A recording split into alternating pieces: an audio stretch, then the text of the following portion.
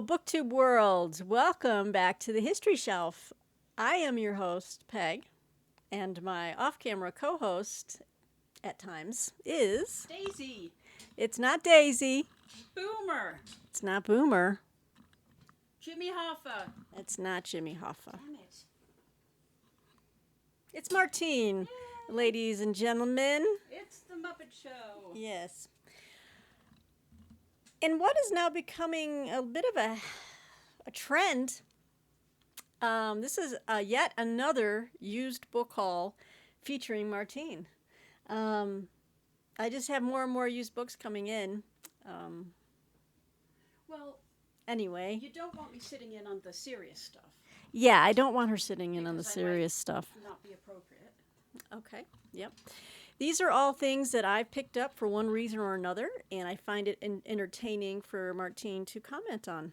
I'm the monkey in the cage. She's the monkey in the cage, and excuse me while I fiddle with my hair. Okay, just another day in Peg's office study. Doesn't it look cozy? We've got Boomer in the background for all you dog lovers that love to see the dogs coming in and out. We got Boomer in his big, we call them fuzz pod beds. Yeah, and his big tongue hanging out. Big tongue, because he got his teeth removed. Oh, look at that guy. He can't help it. Oh, it just falls out his mouth. And Martine's always stuffing it back in. Well. She does, yeah. What? Nothing. Nothing at all. So we have Daisy chewing on a bully stick. And where's Goldie? Go, sir. Oh, Goldie's... There's my girl. So the gang's all here.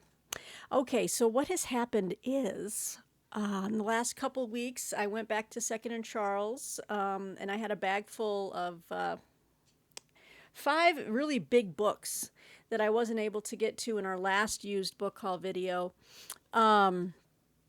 So I was saving it, and then today I had to run some errands, and I swung by to drop off about 3 books I wanted to turn in for credit.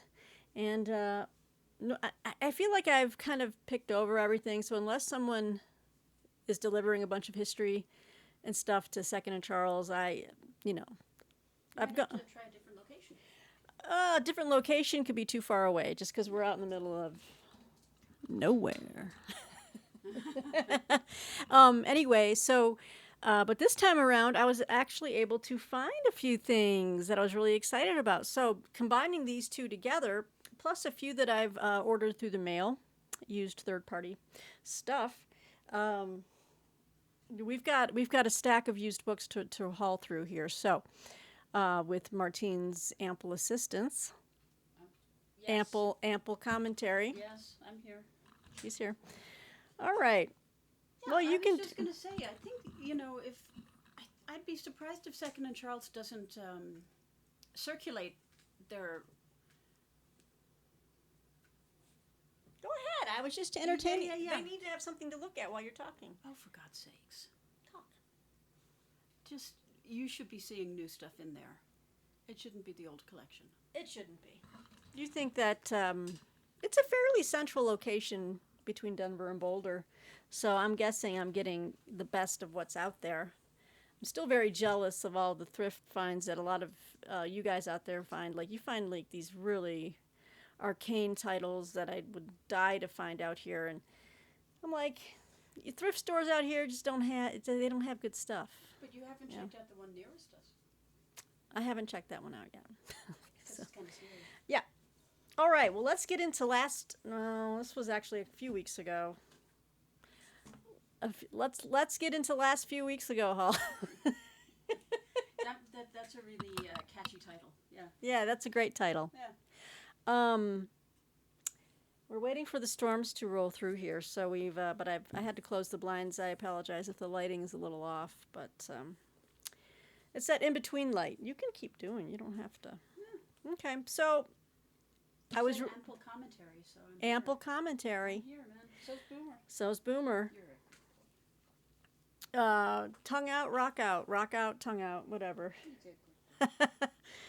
So in the Civil War section, I was totally thrilled to find this. It's by a Civil War historian I've really enjoyed reading over the years. It's by Noah Andre Trudeau.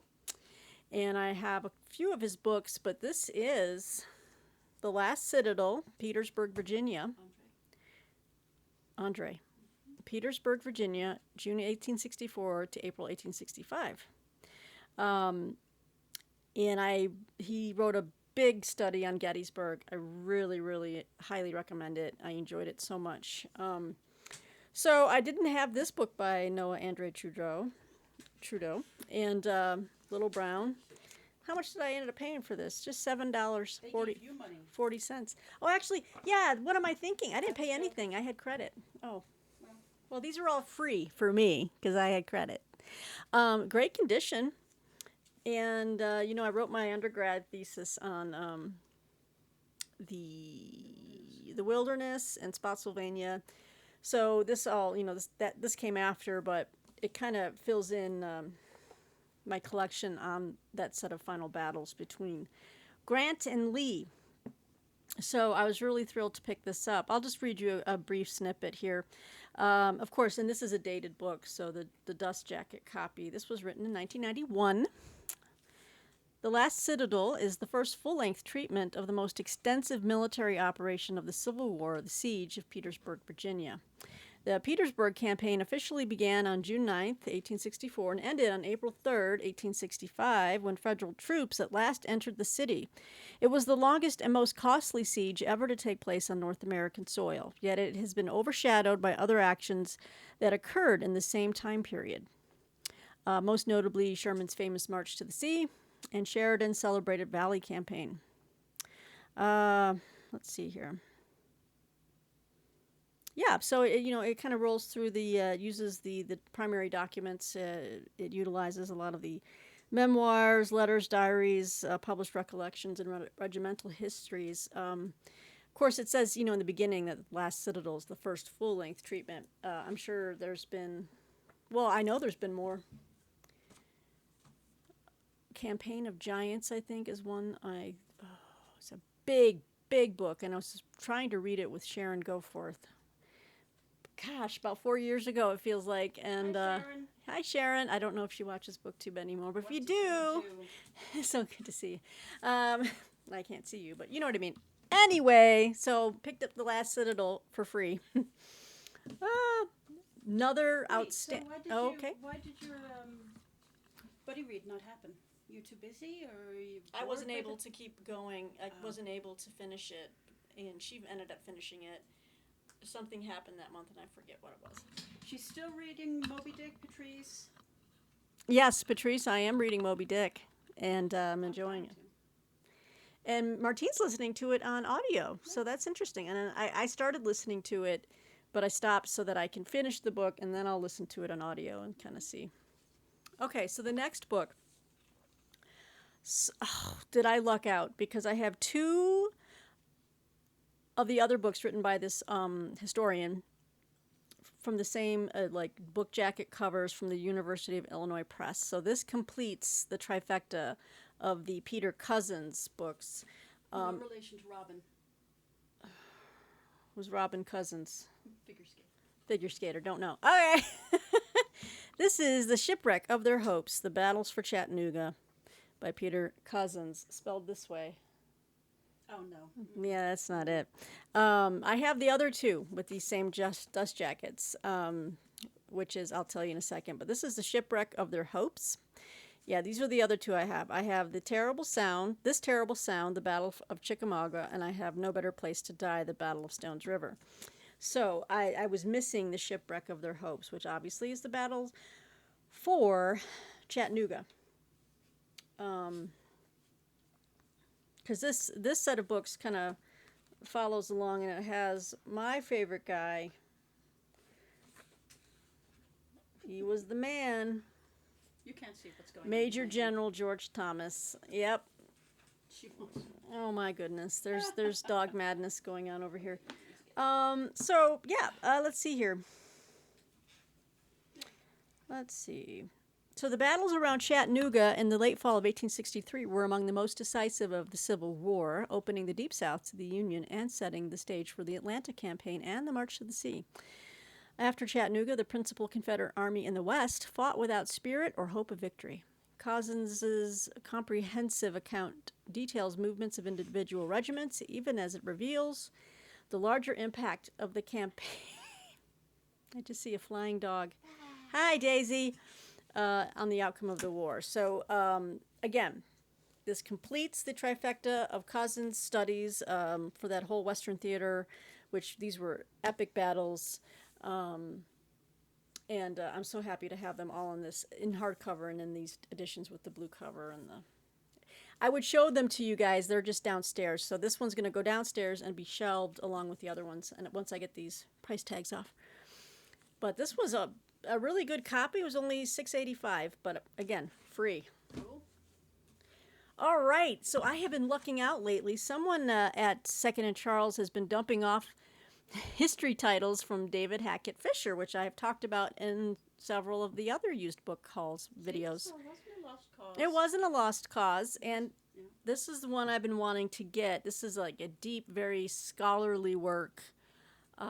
It's not going to be like a breezy read, but I'm intrigued by it. So I'm slowly filling up my David Hackett Fisher history collection. I've got several. She's kissing Martine. It's so cute. But this is one of his magnum opus. No. Albion Seed, 4 British Folkways in America. And this got a nice trade paperback here. It's put out by Oxford. Whoa, big glare. I think this was just marked down to, this is about an $8 used book. I didn't pay a damn thing.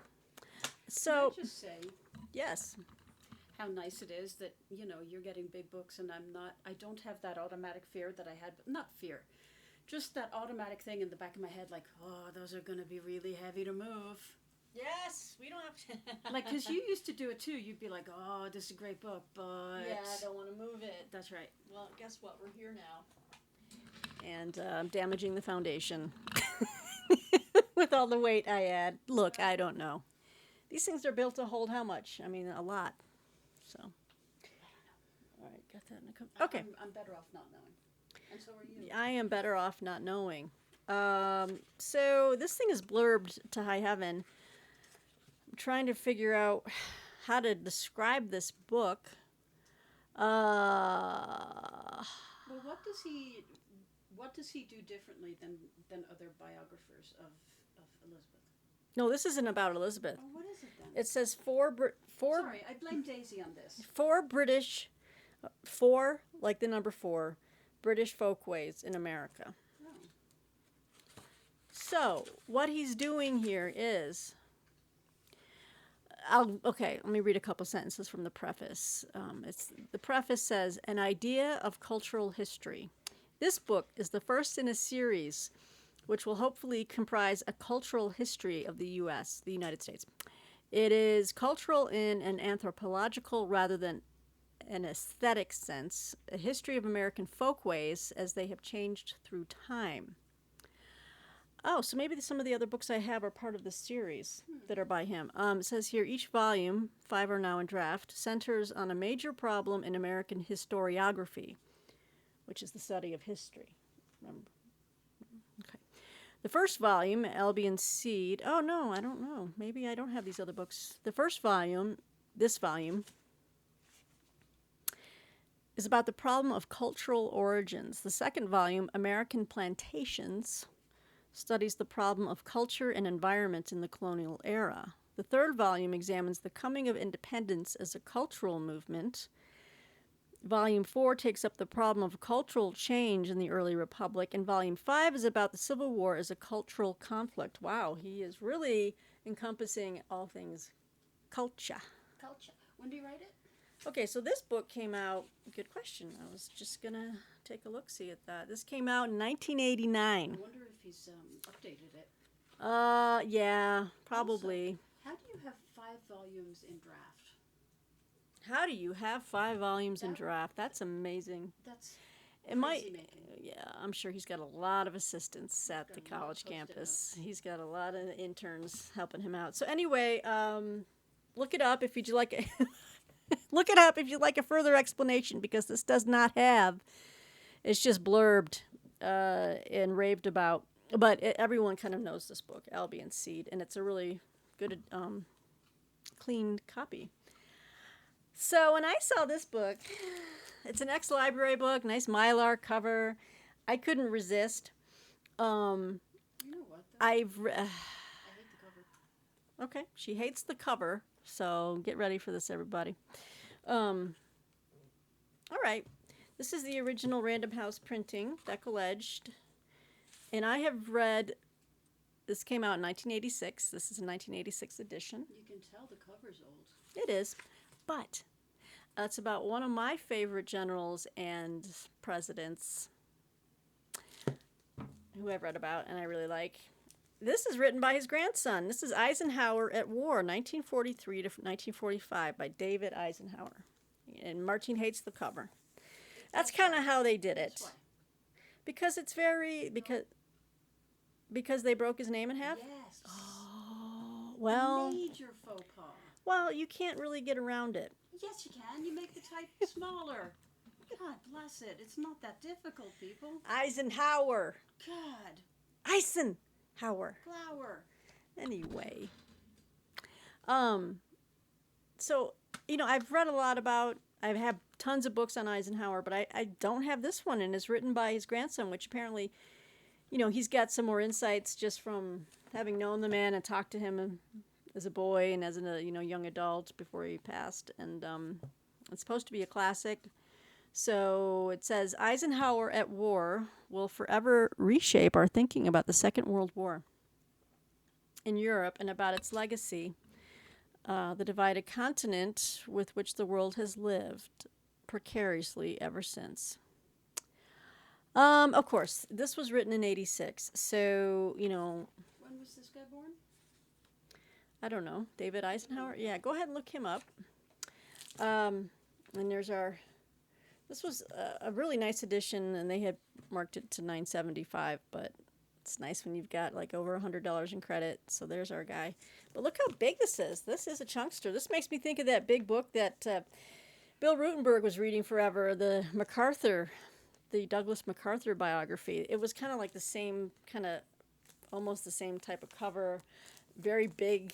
Yeah. And it just goes on forever. Get one word on one She row. really can't get over the hyphenated name. I know it. So yeah, this thing is massive. It is less than 1,000 pages, but just barely. So I got this for free, and it's in great condition. And look, there's my reflection. Oh, this is meta. Wow. Okay. All right.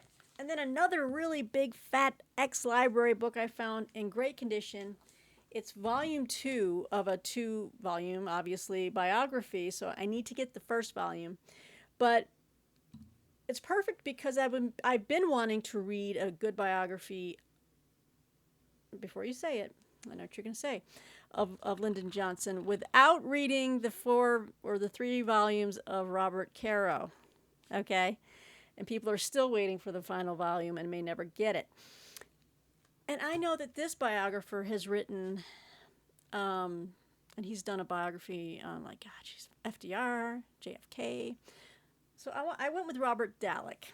And this is volume 2 of Lyndon Johnson's, his work on Lyndon Johnson. This is Flawed Giant, Lyndon Johnson and His Times, 1961 to 73.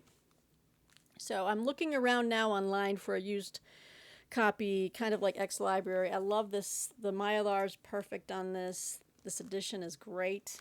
Look at this chunkster. I'm showing it to Martine. So I'm going to go with reading Robert Dallek first, as far as, and not Doris Kearns Goodwin either. I know she worked with Lyndon Johnson, knew him. She did his biography. But I kind of want to go with, I've got a good feeling about Dallek here. Now, did you know this about David Eisenhower? What? He married Nixon's daughter, Julie. Yes, I did know. Yes. I did know that David Eisenhower married Nixon's daughter, Julie. There goes my hair. It needs to be cut again already. So, okay, why is the lighting bad, hon? Do I need to, the storm is coming and it's making it dark in here and the light is changing everywhere. think you answered your own question. What if I turn this lamp on? Will it? It's too much. All right, guys. Thanks for sticking with me, though. Why don't you pause it and I'll open up the windows? Well, we're going to open up the windows. Just one quick lighting break, guys. Hang on. Okay, we hope that's better. So it's a big, part 2 of his biography. The first volume is called Lone Star Rising. I think I've located one, but, when you buy third-party used online, you just kind of take a chance that it's going to be as advertised. Whereas this, I picked this up and I was like, this is in perfect condition. And they had marked it down to $6.95. Can you believe it? It's just in great condition, and it's about 750 pages. So I got 2 really big biographies of President, or not, well, this one was about Eisenhower at war. Eisenhower at war. Plot giant. But between these two, look at these guys on my shelf. They look real good. Eisenhower's great-granddaughter is gay. Eisenhower's great-granddaughter is daughter that gay. That David Eisenhower had with Julie Nixon is an actress, and she's gay. What's her name? Jenny. Jenny. With an I-E. Jenny is gay.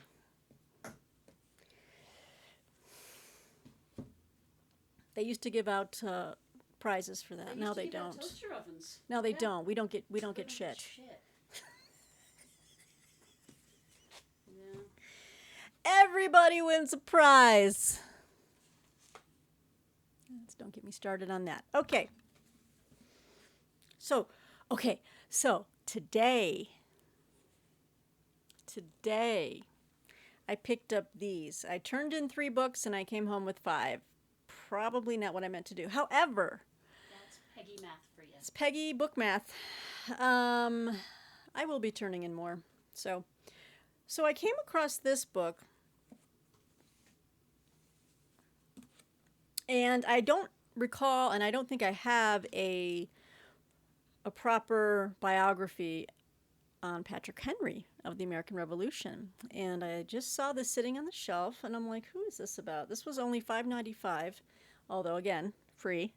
This is A Son of Thunder by Henry Mayer, Patrick Henry and the American Republic. And it's in this great edition, Grove Great Lives edition. So it's a little bit larger than a standard, soft cover. It's a little bit wider. But, I don't recall, I haven't read a biography on Patrick Henry, and I've always been interested.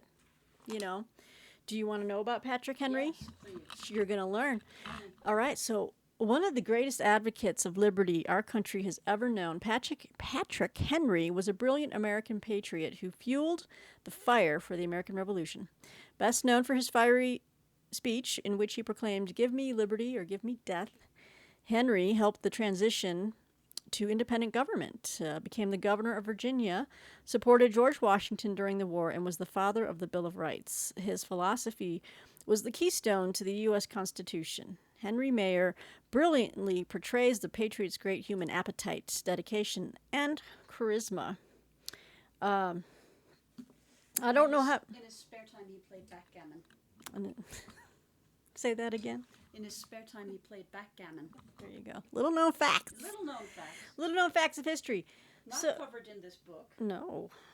I don't know how many of you out there have heard of this book and or have read it and can tell me anything about it. But A Son of Thunder, maybe it's a classic and I don't even know. That tells you how keyed in I've been to Patrick Henry biographies over the years. So we're going to correct that, and I'm pretty excited. This is almost like a brand new edition. There's no marks, there's no dirt, there's no smudges. Someone did not read this and they're just get rid of it. This is a brand new book. Got it for free. I hate my professor. I hate my professor. Get rid of it. Mm-hmm. All right. So it seems to be a trend lately. And I know Martine's going to either laugh or groan, but I have seen this. She loves the setups because she doesn't know what's coming. So I saw this book a few times at Second and Charles, and I picked it up, and I'm like, no, I'm not really going to look at this. Well, as you know lately, I've been on the Pope train. But not the Pope you're thinking of, okay? I've just been getting into Catholic stuff, like Catholic history, even though I'm Protestant.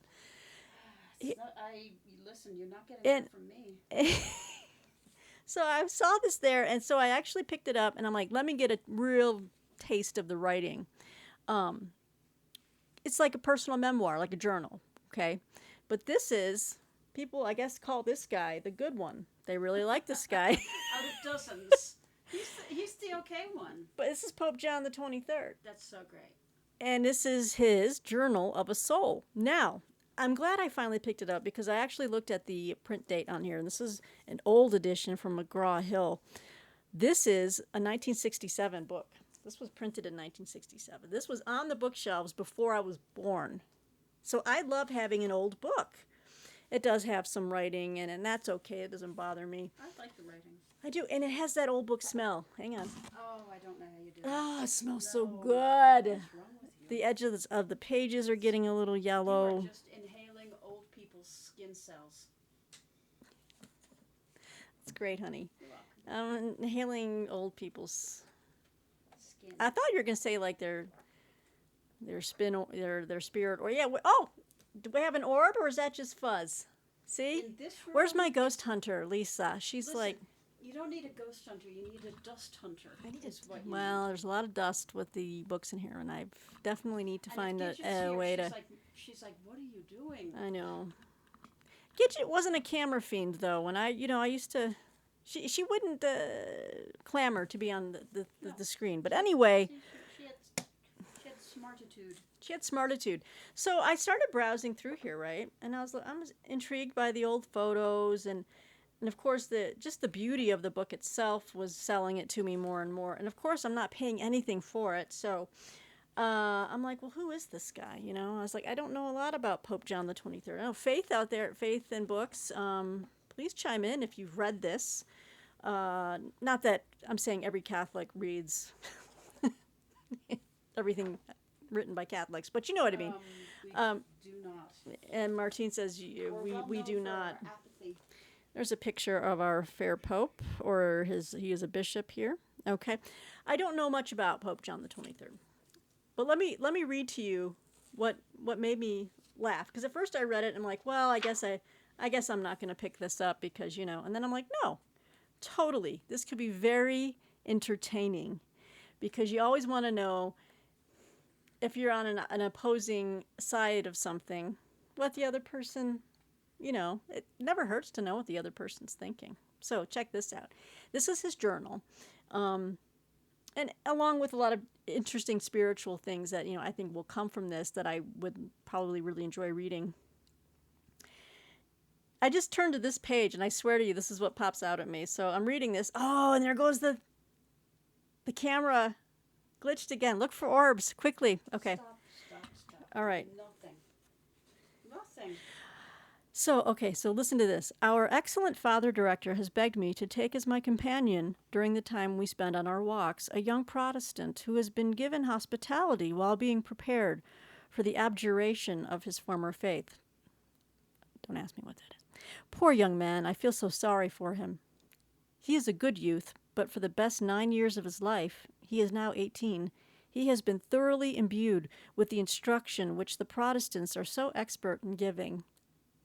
There is not a single prejudice against the Catholic Church that he does not know, not one article of heretical teaching that he has not learnt. His company, even if somewhat distracting, does me good, for it brings home to me another grave peril which is threatening the faith in Italy, now so beset with divers sects, you know, S-E-C-T-S. I heard divers sects. It's Not like divers sects. sects. Sects. My version was more interesting. Alas, the children of this world are wiser than the children of light. Meanwhile, this has convinced me of my tremendous obligation to thank God for the great gift of faith. One has only to talk to a Protestant for a few hours to understand all the importance of this. Therefore, forever, his praise shall be continually in my mouth. For this gift too, indeed for this gift above all else. Okay, get this. As for these as for these poor unfortunates outside the church, we must feel sorry for them, poor children. Pray hard for them and work with all our hearts and strength for their conversion. You know what? So that was fantastic. I'm like, oh, I wonder if this is going to be just a running theme throughout this book, how bad the Protestants See, are. I'm going to say something. We're outside the church. Yes. Oh, this is going to be good. I don't know that it is going to be good. You think that's fabulous and you think that's so funny. I grew up with that thinking, and it's shit. No, And that's why I don't go to church anymore. Give me a break. Thank you. Thank you. I think Makes me angry. I know it does. I laughed it off because I'm like, to me, it just goes to show. Okay, this is my take on my faith. Okay. Leave it for God to decide. All right? Worship. Okay? And be certain in your views. Love others. But when it comes time to go before your Creator, it's not going to matter what anyone down here said.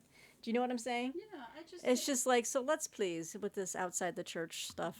Well, I just think that's the whole reason religious wars and feuds continue, and it's bullshit. Well, it's people like him. And by the way, who decides, hey, you know what? I'm going to call myself John because 22 other people can't be wrong.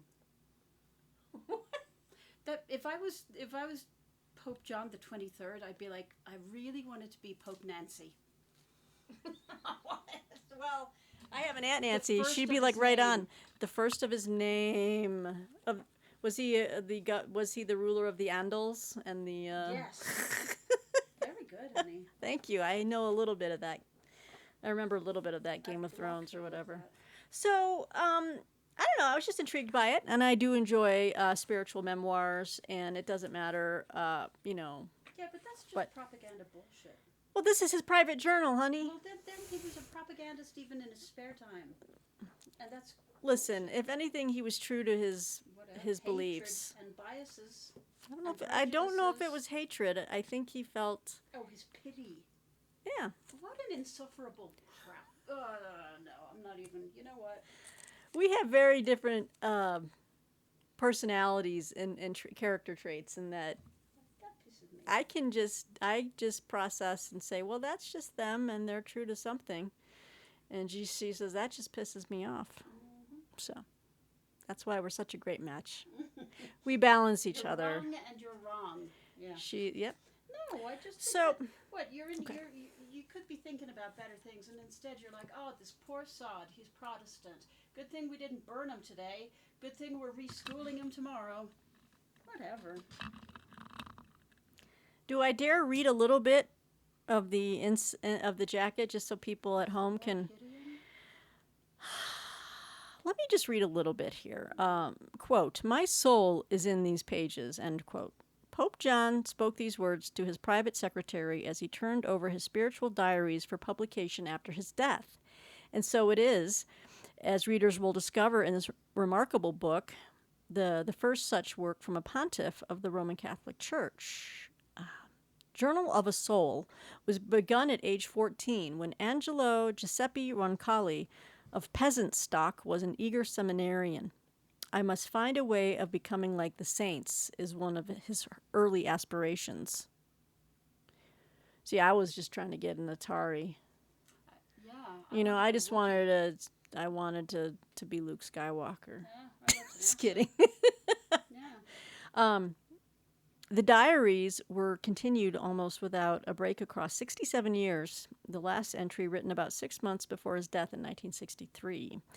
They reveal his intimate spiritual thoughts from the immaturity of adolescence through the seminary, priesthood, and ensuing years of difficult assignments, on through years as a papal diplomat in Bulgaria, Turkey, and France, and as Patriarch of Venice to the papacy itself.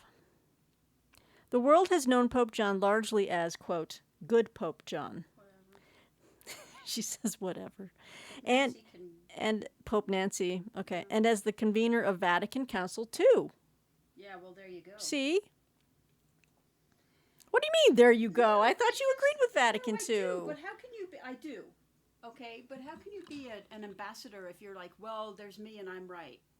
Because I'm over opinionated too, and I know better than to have a diary where I'm like, I'm right, I'm right, I'm right, I'm right. Very boring. I don't know, man. Now you have it. Now you know. Now you can go to bed knowing I know what Martine feels about Pope John the 23rd. Now you know it. Nancy. Pope Nancy. Of course. Okay, so basically we're reading this man's journal, but that's his role. That's what he did, and I'm looking forward to reading it, whether it, is insulting to me as a Protestant or not. I don't care. It doesn't bother me. It's just like a religious version of White Man's Burden, where they're saving people who aren't like them. And that's what I find insufferable. Why can't you respect other people enough to let them be them? Mm-hmm. Why are you so insecure in your own beliefs and feelings? Oh. Are you secure in belief in any of your feelings about anything? No. And that's the best part. I am open to interpretation. I live my life in shades of gray. And I know that I'm not. I know that I know shit. All right. There's a comfort to that. All right. But I know better than to hate on other people just. I don't think it was. I'm saying it wasn't hate. It was that other thing you didn't like, which was the pity. Okay? But it wasn't hate. Let's call it what it was. No. He felt like he had the truth and that someone else didn't. You know what? So, That's not yours to hold. like I said, God will decide. Wouldn't it be funny if God, like you die and you go up to heaven and God's like, you're all wrong. You got me wrong. Jeez, How did you screw this up? I told you. I kept underlining question 5, and nobody studied the answer for question 5. Yes. You know? I told you what you needed to study for the pop quiz. I kept underlining it in chalk. All right. Well, we're going to move on away from that realm. I just, on a whim, I decided to get this is because I typically, I have a couple of like coffee-sized table books about like English, the monarchy. But this one was edited by Antonia Frazier, who is known to, she's written biographies on, Marie Antoinette. I have that one. I think she did Mary Queen of Scots, but I mean, she's a well-known historian of the Tudors and or just the English monarchy in general. And this was an old edition. Came out from California. University of California Press. This is from 1975, so this is an old edition. You're getting some old books. I love getting some old books, and there's something gross on the inside of this, and maybe it's a bookworm, and I didn't notice it until just now. Ew. Can someone help me? Let me see. What is that? I don't want it on the Lick floor. it. Ew! Oh, come on. What is It's that? like a little worm. Ooh. It's well dead. It's a 1975 book. It's a 1975 worm. It might be a 1975 worm. But I was flipping through it, and I'm like, this is a neat, handy guide. Because sometimes I'm always getting confused about the chronology of which kings came after who. There were so many different numbers. There's Henry 1 through 5. There's Edward 1 through whatever. There's ding, ding, ding. And how did they all fit in? Well, this is a handy-dandy guide, and it's a really beautiful book. This is The Lives of the Kings and Queens of England, edited by Antonia Frazier. It's California Press. And then we've got your little bookworm in the front, so let's not forget him neither. Okay, thank you. I'll take care of that later. Otherwise, the book is in great condition. It's very, it's sequential. So we got like Henry II, and everything's wonderfully illustrated. Well, it would be screwed up if it wasn't sequential. Yeah, I know that made no sense. But anyway, okay, yeah, no, it starts with the Angevins. Oh, I know I'm not pronouncing. Starts off with like the Normans, right? Okay, William the First. Then we go into the Angevins, and then there's Richard the First, who comes after Henry the Second, right? it's richly, richly illustrated, and I just love it. I'm like, this is a beautiful book. And some of these pictures are just amazing. So, I was like, let's go for it. It doesn't take up much room on the shelf. It's going to be a neat, nifty guide when I just want to kind of cruise through. It doesn't go into super depth on each of the monarchs, but it kind of places them, within the context of the broader, English history. And I think where does it take us up to? Well, obviously it takes us up to this gal, who's not a gal anymore, but she is just kicking it. Look at that great picture of her. It's like, I'm going to live for 50 million years, and Charles can eat it. Charles can eat it. So it takes you up to Elizabeth II. And, that's a nice picture of George the Sixth. See? Mm-hmm. So there were some great pictures in here, and I just love all of the artwork. I thought, no brainer. I'm going to get this. Nice. So let me ask you a question. So I picked that up. Focus. There you go. Yes, ask me a question. Any question? So I've been hearing rumors that Netflix are going to leave open the Crown series past the current or upcoming season, which I think was supposed to be the last. Should they just keep going with that series, do you think? Or should it be just Elizabeth and that's it? I think it has to end with Elizabeth. What you mean, talking about like making stuff in the future? Yeah. After when no. Charlotte takes over. When Charlotte Charlotte commandeers the palace and no, has a coup. I don't think anyone can equal the time or place.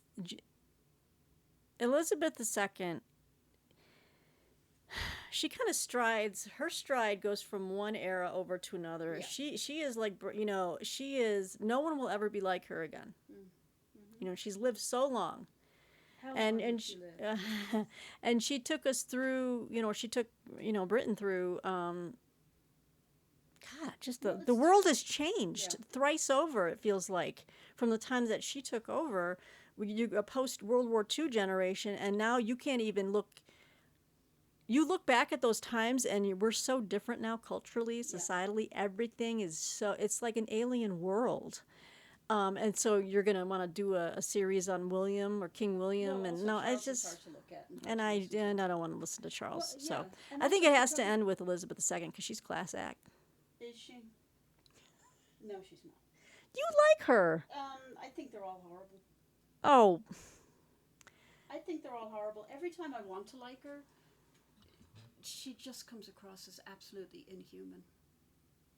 I don't think so. The only time she's nice is when she's hanging out with horses or talking about dogs. I like Claire Foy. I like Olivia Colman. Yes. I like the people who've played her. Can I chalk this up to you being Irish? No, I think she's a prig. There's nothing in there that's coming from the history of Ireland and Britain. There's no little bit of animus there that you can identify as. I just think she's kind of so detached from reality. Well.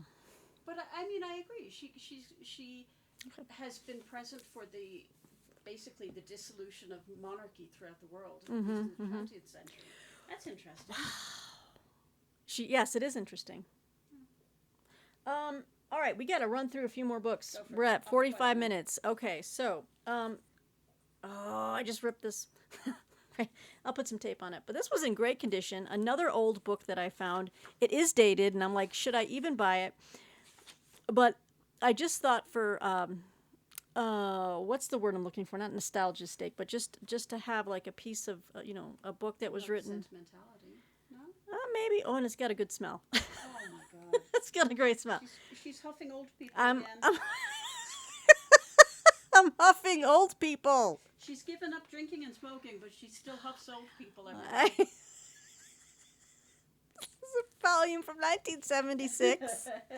This is The Russians by Hedrick Smith. Never heard of him. And it's not The Angry Inch. Huh? See? No, that was Hedwig. Oh, for heaven's sake. I can't even get a joke right like that. Okay, it was Hedwig, not Hedrick. Anyway, Hedrick Smith, a Pulitzer Prize-winning New York Times correspondent from the 70s. But you know what? I have a nostalgia for the 70s. I was born in the 70s, and I think it rocked. But anyway, it's a very understated, beautiful cover, like this what do you call it? Like a transparency that's graded out of like orange and red. I don't know. It's just a very. I pulled this off the shelf. I'm like, what's this about? Because I'm anytime I see anything about Russians and stuff, I'm very interested. It's one of my it's put out by Quadrangle Press. I don't think that exists anymore. Oh, and here's our guy. Look at that big fat tie. That's how you know this is from the 70s. Look at this dude. Beautiful. So basically, it's going to be a little timepiece because he was writing as a journalist at a time in Russia, obviously when it was still the Soviet Union. And I just thought this could be a good piece of history to read it, knowing it was written for a contemporary audience, trying to explain to them how people in the Soviet Union, deal with the cultural differences of the two countries. And I mean, I was browsing through it, and you can see he's interviewing folks, and they're talking about blue jeans and how they get their hands on them. So I mean, this is all really dated stuff. But to me, They're it's probably still trying to get their hands on blue. they might be still trying to get hands on it. So I'll just read a quick synopsis here. So remember, this is very dated. For all the efforts to understand it, Soviet life has remained to most of us a system of totalitarian robots, or, since détente, people just like us. These cliches are shattered in the superb new portrait of the Russians, of course, written in 1970s. This is not the synthetic Russia of the Kremlinologists, but Russia face to face, the texture of life as Russians live it. Few reporters have had the stamina and the ingenuity to penetrate the Soviets' natural xenophobia and to see the Russians as they see themselves. Hedrick Smith won the Pulitzer Prize for doing just that. For 3 years, 1971 to 74, as Moscow bureau chief for the New York Times, he listened and probed and painstakingly pieced together an amazing jigsaw puzzle of facts, manners, and anecdotes that present a Russia that the West has never perceived before. I could read more, but we're running out of time here. But so he's actually just getting down getting down with his bell bottoms. He's meeting with the local citizenry, and just asking them what their jobs are like, how they live. And there's some mentions in here. I'm seeing Khrushchev, Marx. I'm seeing all the good shit. Henry Kissinger. Oh, I'm loving this. This will be a fun book. And just reading it with that lens of written as contemporary, up-to-date history, but you're reading it, 50 years on? Mm-hmm. It's crazy. So got this, and this was like $4.60 and is in perfect condition. Just, it has the old people smell. No, sorry, it's not an old people smell. She calls it I'm breathing in old people, but it has that, that mellowed page smell. You know what I'm talking about, right? With the library. There's no mix of Bengay because I cannot stand the smell of Bengay. Okay? And cat pee. And if any book smelled like that, I would hurl it across the room with great force and velocity. So then I picked up The Russians. Now, this book, I was really, and this was the original, I was looking at getting an updated version of it on Amazon, but the price is always way high. It goes in and out of stock, and I don't know why, but this book is really popular even today. And I remember seeing this from a very scratchy, the film is very old, but it's from a documentary that you can find on YouTube about, and let me just say this, I'm interested in a lot of historical events, okay, a lot of varied things that have happened in life. One of these was a prison uprising in New Mexico that happened in the 80s, which was, I know about you know what I'm talking about, right? Yeah. A lot of you probably know exactly what I'm talking about. But this was the book that was written about it. And after I saw that video, which was a British documentary, but no one has tried remastering the original film, so it's very bad quality. But the interviews they did with some of the inmates who lived through this uprising was just harrowing. And I'm like, I kind of want to know a little bit more about it. I kind of don't, but I kind of do. Well, this was what the book well, I think this is the book that really brought, to attention. This is called The Devil's Butcher Shop, The New Mexico Prison Uprising by Roger Morris. Now, this is the original copy. This is not their, I don't think they revised the original one, but I know that they released it recently with a different cover, and it was actually a photo of prison bars, but I kind of prefer this one. See? So I was like, oh my God, they've got it here. And it was in really good condition. It wasn't all jacked up. Didn't smell funky. Didn't smell like Bengay and cat pee. $5.45. Again, but it's free. And so I was so excited to get it. But part of me is terrified to read it because that documentary, if you watch it on YouTube, some of the stuff that happened, it's dark. It is... Wait, it's Joyce Carol Oates' level of dark. I'm bringing her into it because I just finished reading her newest novel that's coming out, and I am keeping track of what she's been saying over Twitter. I guess I need to check out what she's been saying on Twitter. Do you? So this one actually has a map of the takeover and what. Ugh, this is going to be intriguing. So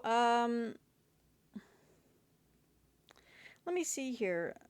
Let me see if there's a blurb. I mean, it's blurbed on the back.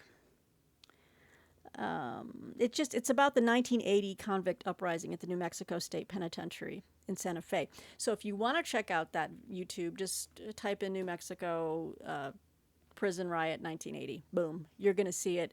And that'll tell you. It's not pleasant, so just warnings all around. There is extreme violence, and I'm just going to straight up evil. So there's some evil going on.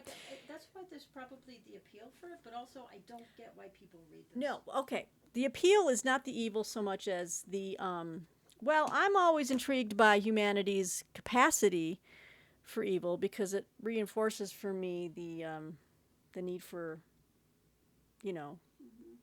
redemption and a greater power, a force of good. You know what I'm saying? But anyway, we're getting into deep issues. I just don't think you're going to walk away with any positive knowledge as a result of this. I think I will. You want to know why? Because after this riot, there was a reason why this happened, right?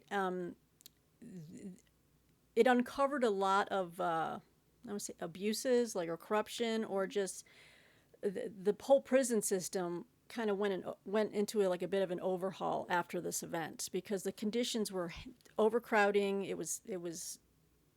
It turned a lot of people into people who already had a penchant for violence, but even just some people, it just made them into animals. And I wouldn't even say animals because animals don't act with such, malice, aforethought. It's just, but this actually, after that uprising and the work that was done the research done to be why did this happen, it changed things within the penitentiary system. So you guess you can learn from that just how bad things were before and how we don't want to go back to that again. I think that's great. I don't think that's why most people read that book. Right. Well, at least they're reading. So...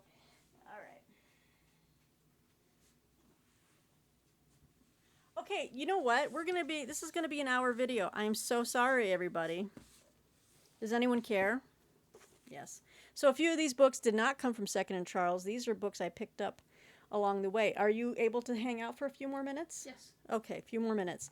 I think I learned about this book from Johnny Keene. When I see Johnny Keene do a book haul where his thrift store used book hauls, I'm always like, he always finds something that I'm actually really interested in, and this one is Kiev, a portrait, 1800 to 1917 by Michael F. Ham. So I found a great copy on Thrift Books. I just kind of wanted to, especially with everything going on in Ukraine right now, wanted to have another book on the capital and just kind of understand. Get more of a history kind of filled in. I won't read the description because this one doesn't. It's just blurbed again. But just a history, nice, a softcover history here of Kiev in Ukraine. So pick that one up. Now this one I purchased used off Amazon because I almost picked this out to review for Shelf Awareness, but I wasn't able to get to it in time. But I still wanted to read it. And this is The Director, My Years Assisting J. Edgar Hoover by Paul Letersky with Gordon Dillow. All right, so this is a brand new book, actually. I mean, it came out I think just last year. And I was intrigued by it. I'm like, if I had more time, I would have reviewed it. This came out in 2021. This is the first book ever written about FBI Director J. Edgar Hoover by a member of his personal staff, his former assistant. And the director offers unprecedented insight into an American legend. So it's, insider's view of what was going on with J. Edgar Hoover. I won't read the description just because we're running out of time. I don't want to go overly long. I'm trying to remember who turned me on to this. Was it... I saw it on someone's channel, and then there was a second book put out by this author, Nicholas Wapshott. But it's like a dual biography, I think. And so this one I bought new, and I think I just picked up this, and I'll show you that I bought the other one new. It was marked down on Amazon, but I wanted to have them both at the same time. So the first book by Nicholas Wapshott is Keynes and Hayek, The Clash That Defined Modern Economics. So it's just it's by Norton. This has been out for a little bit. Yeah, this came out in 2011. Let's see here. So it is like a dual biography of the two and how they kind of related to one another with their theories. Let's see, over 20 years, the two debated by letter, through learned articles, then in heated private conversations, and eventually through their ardent disciples, from John Kenneth Galbraith to Milton Friedman. Yeah, and of course I'm talking about John Maynard Keynes and Friedrich von Hayek. It says here, from the Great Depression to World War II and from post-war recovery to the present day, veteran journalist Nicholas Wapshott here examines the spirited debates between two giants of the 20th century whose disparate visions shaped the rise and fall of economies all over the world and still hold the world in their thrall. Okay, so he tackles these two, heavy hitter thinkers. And then this... Now, when did this come out? I'm saying that I think it's new. Yes, just came out. Well, it came out last year. So he followed that up with same type of layout. Samuelson, Friedman, The Battle Over the Free Market. See, author of Keynes Hayek. So, okay, so kind of has a similar cover, right? So I bought this new. It was like marked down like 70%. It's like one of those deals where you're like, it's marked down for like 10 hours and then it goes back up again. You're like, what? This is put out by Norton. So in this book, who's he talking about here? In 1966, two columnists joined Newsweek magazine. Their assignment, debate the world of business and economics. Paul Samuelson was a towering figure in Keynesian economics, which supported the management of the economy along lines prescribed by John Maynard Keynes's general theory. Milton Friedman, little known at that time outside of conservative academic circles, championed monetarism and insisted the Federal Reserve maintain tight control over the amount of money circulating in the economy. In Samuelson, Friedman, author and journalist Nicholas Wapshott brings narrative verve and puckish charm to the story of these two giants of modern economics, their braided lives, and colossal intellectual battles. Oh, sweet. You know what? So, yeah. Yes. If that had been a Twitter war, it would have been way more entertaining. I'm thanking my lucky stars it wasn't Twitter around back then, Can you know. imagine trying to No, I can't summarize imagine. some of these concepts in however In many... 240 Yeah, yeah, yeah. characters? No, I don't It'd be think like so. you're stupid, and that'd be the end So of it. pick that one up too. All right, and then we're going to round it up just under an hour. I'm going to go over just a tad. I bought this on a whim because I saw Johnny Keene. Johnny, I saw he flashed this. Well, okay, What? he didn't flash. What? Sorry. Apologies to those who just fast forwarded and hit that point. Johnny picked this book up at a used book sale, a thrift store, and it looked really interesting. And here's another Friedman, but it's not Milton Friedman. This is by Benjamin M. Friedman. And so I went on the hunt and found a nice hardcover, deckle-edged used copy of The Moral Consequences of Economic Growth. It's got some stickers on there I need to get off. But yeah, it's just like, this sounds interesting, you know? So he showed that book. I went and read about it, and I was like, oh, I kind of like this. Real quick, it says here, from the author of Day of Reckoning, the acclaimed critique of Ronald Reagan's economic policy, a persuasive, wide-ranging argument that broadly distributed economic growth provides benefits far beyond the material, creating and strengthening democratic institutions, establishing political stability, fostering tolerance, and enhancing opportunity. Are we right, Benjamin Friedman asks, to care so much about economic growth as we clearly do? To answer, Friedman reaches beyond economics. He examines the political and social histories of the large Western democracies, particularly of the U.S. since the Civil War, distinguishing times of generally rising living standards from those of pervasive stagnation to illustrate how rising incomes render a society more open and democratic. Go figure. He shows, too, how our attitudes toward economic growth and its consequences have roots in the thinking of prior centuries, especially the Enlightenment, and also include significant strands of religious influence. Yeah. Well, I was just thinking about Reaganism. Everybody, some people were doing just fine during the Reagan years. Tolerance went down the toilet.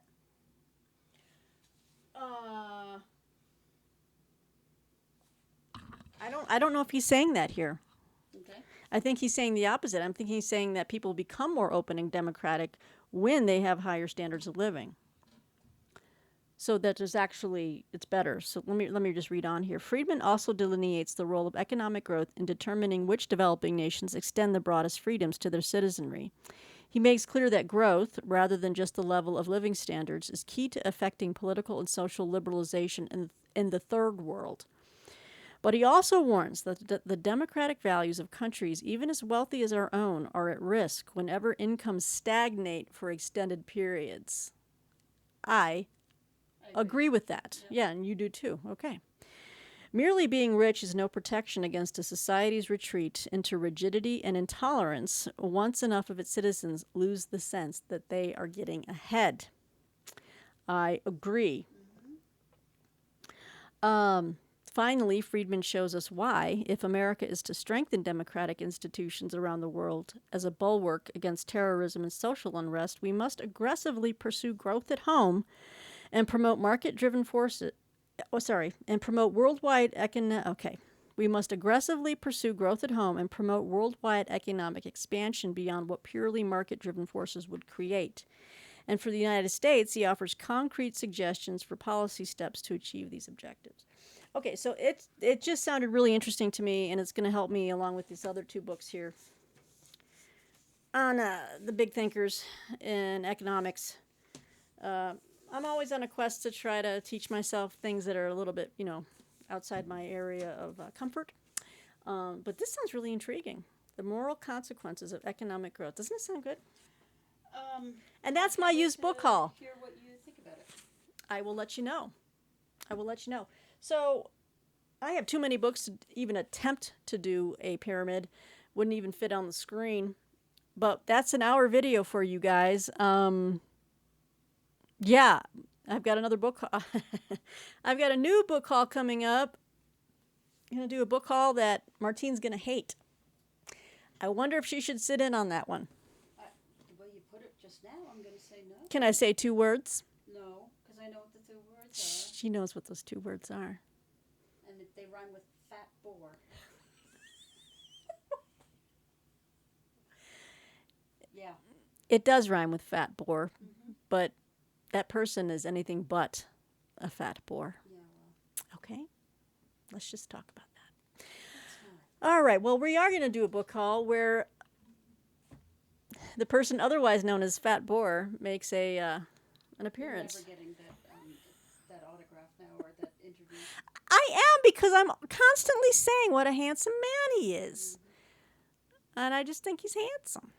You just keep saying it. You're never getting that ring. I'm never getting the ring. I have a ring. Okay. I have an engagement ring.